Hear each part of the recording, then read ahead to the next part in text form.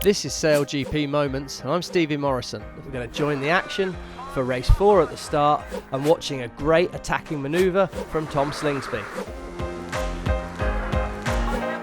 Here we go, on board the start line here. We pause the action here to have a look at this. We see first Japan and Great Britain controlling the start, but it's Slingsby in his classical sniper role out the back there. He's looking for the opportunity to fill in. As I pause the action, he's got two options. The gap between Great Britain and Japan. I thought he might go to leeward of Japan for that hotspot position. Tom Slingsby thought otherwise, had the boat up on the foils going really, really fast, diving into the gap.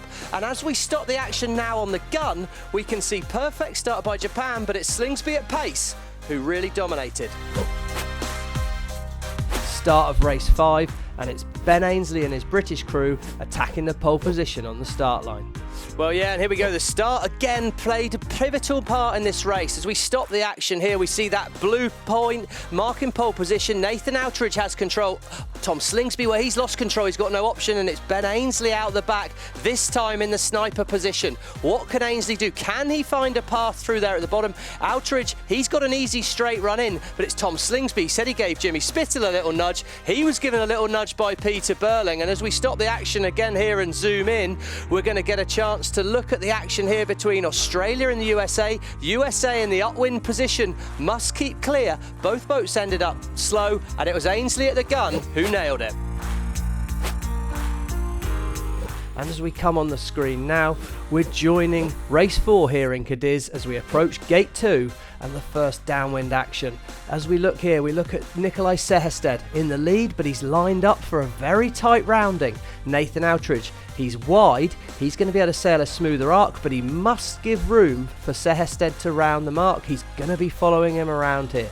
As we come in, sharp turn on board the Danish boat, really hard manoeuvre to do, and we're going to zoom in now, and as we zoom in we can see that Danish boat is leaping out of the water as it turns up round there. By flying so high it skids sideways, and all of a sudden the doors opened. Outridge has an opportunity and he's going to grasp it with both hands. He can dive up the inside of the Danish boat and make use of that small error from the Danes. So from second place, Outridge very quickly gains control on the rounding using experience and quick reactions to take control of the situation. We're going to pause it now, and talking about experience, Jimmy Spittle. Here, he's jibed too late. He's really tight on the ley line for that left turn. No chance to follow Outridge.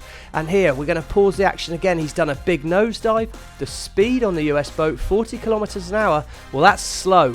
There's a lot of chance to capsize here, the wind coming straight down the screen. If he wants to sail across to the gate mark on the other side, it would be at 90 degrees to the wind. That's the danger zone in these boats. It's very easy to just blow over and capsize.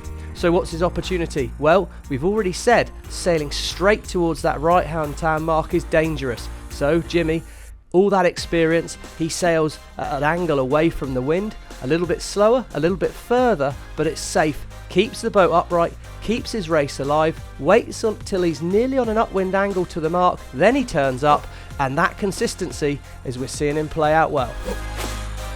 After the finish of that final race, Tom Slingsby told us that he had the best seat in the house to watch the British team's capsize. So let's go on board the Australian boat and see it from his angle. We're going to pause the action now, and the first thing I want us to look at is the jib trim on the British boat. As we circle the jib there, there's wind blowing between that jib and pushing back onto the big wing sail. It means you can't ease the wing sail out because the jib's sheeted in too tightly. The rudder underneath Ben Ainslie, well, that's offering downforce when it's in the water. The downforce from that helps keep the boat upright, and it drives the boat, gives us that extra horsepower to get these incredible speeds. Unfortunately, they get a gust of wind. They start to heel because the wing won't ease out. Zoom in now on the rudder. It's out of the water.